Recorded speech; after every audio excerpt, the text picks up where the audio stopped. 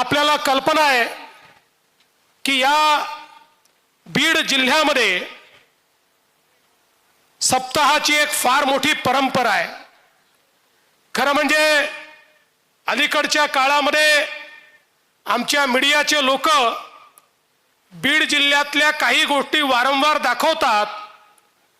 ठीक आहे, तो त्यांचा अधिकार आहे, पण त्याच वेळी जसं बीड जिल्ह्यामध्ये कधी काळी काही वाईट होतं तसं सातत्याने 93 वर्ष अशा प्रकारचा नारळी सप्ताह देखील याच बीड जिल्ह्यामध्ये होतो।